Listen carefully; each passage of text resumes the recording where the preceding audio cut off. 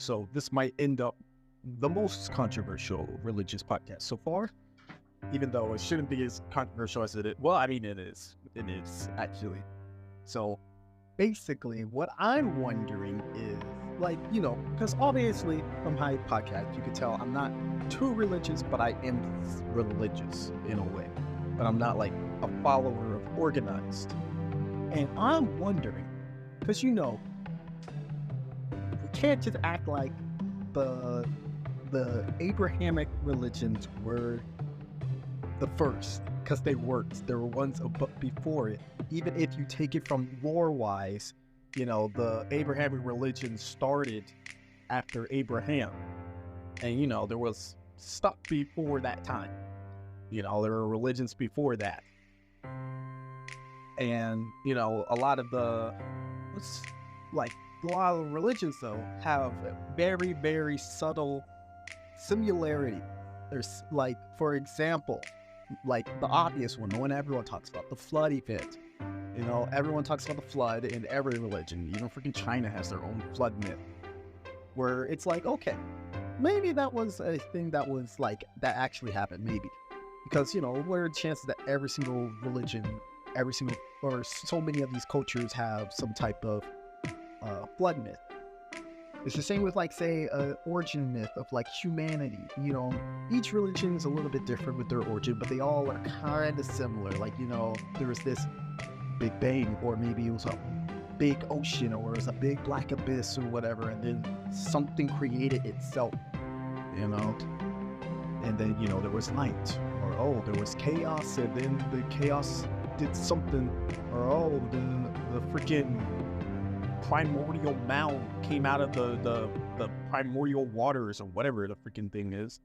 There's all this stuff, and it's all kind of similar to each other, no matter the culture or the distance. So there's this original religion and everything. And is there anything else? There's something else. Oh yeah, like the whole kind of the free will event.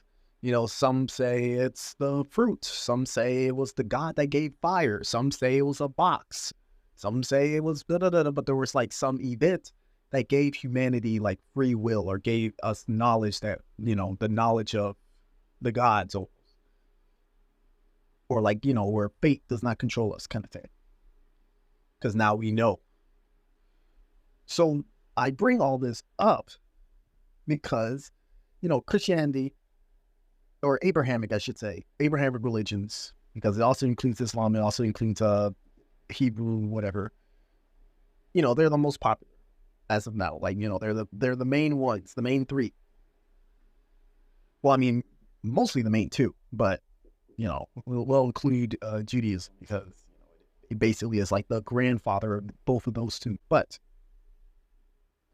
what I wonder, because I'll admit, the reason I have this theory that I'm about to talk about is because of Dune 2. I was watching Dune 2, and I never watched Dune 1, by the way. So I watched Dune 2. I was like, oh, this is pretty good. I mean, there are some things I don't really like about it story-wise. This is just me type things. And it's not even the story-wise. It's more the inner story of it, I mean, the people who be all Hotep will know what I'm saying. The people who aren't will be a little confused, or maybe they will know what I'm saying. Who knows? But the overall story, yeah, I like it. It's interesting. It's very you feel hyped for the religious, the holy war kind of idea, and oh man, he might be the Messiah. Da, da, da, da, da. But the reason I bring this up is because I mean, that's probably the point. But it reminds me of these certain events in Abrahamic religions, and it made me think. I was based off of what I said earlier, there were these ancient religions before, and there's now, then all of a sudden Judaism kind of came in, and it makes me wonder how much of these religions, say Judaism, the grandfather, they probably 100%, I bet you the first few stories of the Bible probably were true. We can just assume. I'm not going to assume, but I'm going to hope, or I'm just going to, whatever. You know what I'm trying to say. that a God does exist, because so many of these, cultures have their own God or whatever. So there is a God or gods, but godliness exists in some way spiritually. So, the fact that all these stories connect, rather that it all leads from an original lie or original like history or whatever, all these stories kind of connect from this original. So you can assume, say, even with the Bible, since that's the one that everyone knows, we lost all these older religions, sadly, but you can still see the hints because, let's just say those first few stories of the Bible are probably, let's just say, lore-wise, they are true, regardless of the religion. Like, it might be a little bit off, it might be a little bit different because time kind of, changes stuff a little bit. But we can assume that there's some grain of truth in these first stories. I'm wondering, when does that truthfulness stop?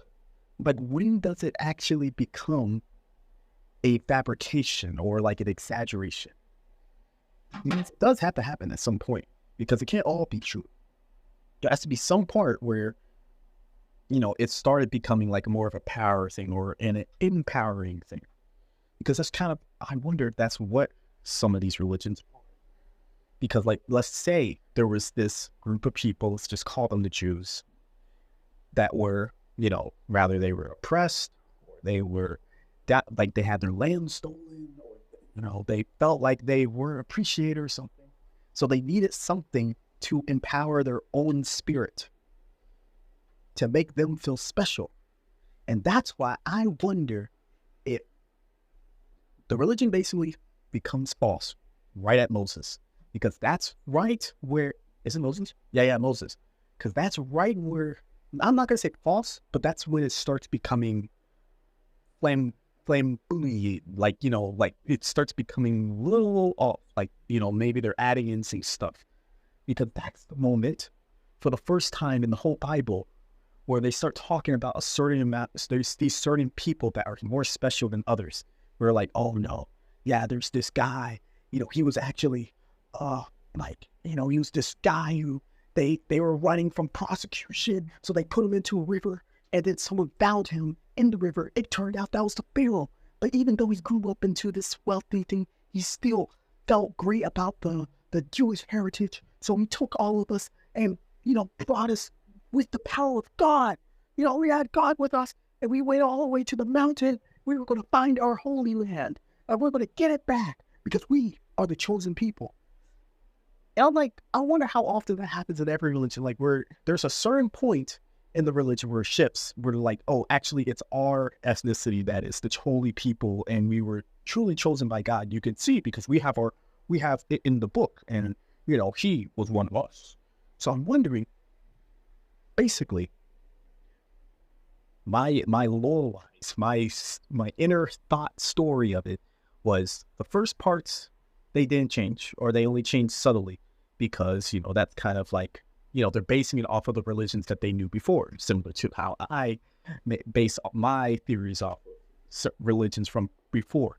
So they were basing their religion off of before. That's why the early few books or few chapters or few whatever of the Bible, it follows a common theme that you find in other religions, where it's like, oh, there was, God created itself, and then it created the heavens and the earth, and then it created the animals and the humans, and then the humans, disappointed the God, and they found fire, or they found free will. They asked for free will, or they found hidden knowledge, so they were cast out. And then this happened. God was mad. He flooded the earth, or them. They flooded the earth, but they kept one person that they trusted, because they were the good one. Or maybe, they didn't want to kill all the humans, or one of the gods didn't want to kill all the humans. So she kept one that was, that was supposed to be the representation of humanity that kept all the animals, that. But then it all shifts, because then the story changes into this kind of almost like a hero's journey story of a people, where it's like, oh, actually, and then there were these people who were, they were the greatest, but they they were oppressed or they were taken over. And then the God itself said that you guys are the chosen people and helped us through it. And then, it starts getting a little weird because it starts talking about that type of stuff. You can even argue with Christianity. It's the same thing where it's like, oh, there are these chosen people who were, this guy is the son of God, actually. Or it's like, oh, even if you go to Catholicism, all of a sudden the story shifts. And it's like, oh, actually, we have these saints who are, they're chosen by God or they were so good that they go directly to heaven and they have certain powers and they leave their essence down on earth, which can cast out demons and this, that. There's all this stuff where people shift the story again to like benefit their own people to make them seem special. It reminds me of, say, with Dune 2, where, say, it's not too much spoiler alert, but it is a spoiler alert. So if this is coming out like months after Dune 2 comes out. So, that's on you. If you didn't watch it early, but still, or not early, on time, I should say. But still, just like in Dune 2, there was this dude who was like kind of the Messiah, and they used him to empower their own fight. Like it gave them strength because they felt like they were God's people. They were being chosen. They, the stories where there was this prophecy, and they're always waiting for the prophecy and say, oh, there's hints that the prophecy did happen. So now they're doing stuff they never would have done before because now they feel empowered. They feel like there's a spirit or something that's pushing them along to keep them fighting. So now they have a passion for it. And I wonder if that's a common thing for a lot of these religions, like where there is a certain point where they try to make it about themselves now. And it's less about the God, and it's more about how they are the chosen people who deserve basically all of Earth. Or they deserve the best part of Earth or something. And I wonder, each time you see that happen in a religion, that's when it starts becoming written by man. Like, where everyone always says stuff like, oh, no, the Bible's false. It's written by man. It's written, it's written to control people. Oh, it's written to manipulate people. It's written to this. My wonder is it the early parts of the Bible? No, they're not. But the moment you see there is some representation of a people who is like, oh, that person was chosen or this, that, that's when it fails. That's when the actual religion is like, you have to take it with a grain of salt because it's obviously when it's written by man. Because if you think about it logically, why would a God care about a certain people when they're just as sinful as the others? Like, yeah, some are repressed. Don't get me wrong. It's kind of messed up. It definitely is very, very messed up. But it wouldn't make sense unless, let me do a big unless there was a difference between those people, like in a literal sense, like more than just being chosen by God. That's what I'm saying. And that might be a theory for another day. But still, if everyone is human, then it wouldn't make sense that God would play favorites when everyone's exactly the same and everyone's just as sinful. Like, well, they're freaking people probably straight from the bloodline. There were these hidden people probably in the earth, or like, let's say it's all true. We're straight from the bloodline of Abraham himself, and they're sinful as mess. They're probably people at the time, who were sinful as mess. So why would he be like, oh, no, but you are a different type of sinful, so you're my chosen people? I don't know if I believe that. At least that version of it. So that's basically my theory.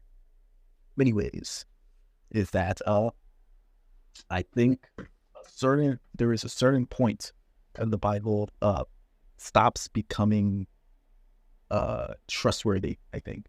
I mean, it's still good lessons. Don't get me wrong. Probably, maybe. I don't know. I need to read it at some point. But there are probably still some good lessons in there when you ignore the whole kind of we are the chosen people, everyone else is lesser kind of thing. But Yeah, I'm not sure. Because again, if that is true, let's say it is true, 100%, the Jews were the chosen people, then why the heck should I care about that religion at all? Because I'm not Jewish. And, saying the Jews today are straight from the bloodline. Like they legit are like, the Jews that we see today are the Jews that were back then. I'm not white. I'm not white. So why should I care about their God at all? Why should I even, let's say the God was like legit. That is the true God. Why should I care? I might as well just sin myself because I'm not a chosen person. I'm not seen by God at that point. I got to be part of that Israelite bloodline, and I'm not part of it. So I'd be pissed. I'd be super pissed. Even if I went to heaven, I'd be pissed. I mean, what the heck? Why are you focusing on them? Why not me? Huh? I'm still your child too. I'd be pissed. I'd would walk up, slap God himself or itself, and I'd be sent straight to hell. And then I would start a holy war from hell. Unironically, because I'd be so pissed. I'd be like, what the heck? Why are you focusing on just these people? And just from that alone, that thought alone, I would be like, I don't think it's real. I don't think it's real. Because I think most people would stay the same, unironically. Even if you were white. Because you're like, oh, well, I'm not Israelite, right? I'm just white. You'd be pissed. Or if you're Asian, you'd be pissed. You're like, what the heck?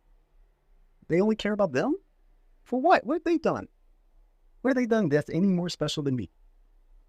So yeah, I think certain parts are false, 100%. And I think it's easy to find which parts are false. And the parts that are false, in the moment they distinguish the difference between certain people or certain like bloodlines or whatever bullcrap. Because that's when it doesn't make sense. Like, of course, like say the Adam and Eve stuff, like, okay. I mean, they're the first people, but they're not like, oh, there's an Eve bloodline actually.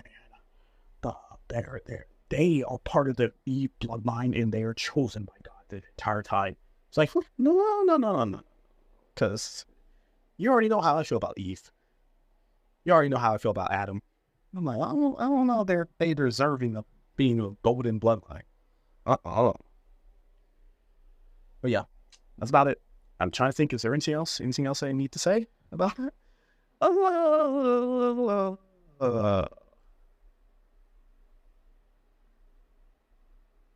No, I don't think so. But I will say Dune 2 was pretty good. I did like the action. I liked the set pieces. I didn't like the talk. The more they talked, the more I started becoming Hotep. But the less they talked and more of that action or that kind of like, I don't know, the drama of it. Like say when he started feeling himself like, oh yeah, maybe I am the Messiah, and started yelling at people and like, leading them to the charge. Everyone's, just going crazy. Yeah, that was interesting. I like that. So, and I only watched it on a whim, actually, only because someone else asked to watch it. I would have never watched it myself, but I gotta say, I'm glad I watched it. It's pretty good. Pretty good. But yeah, podcast over.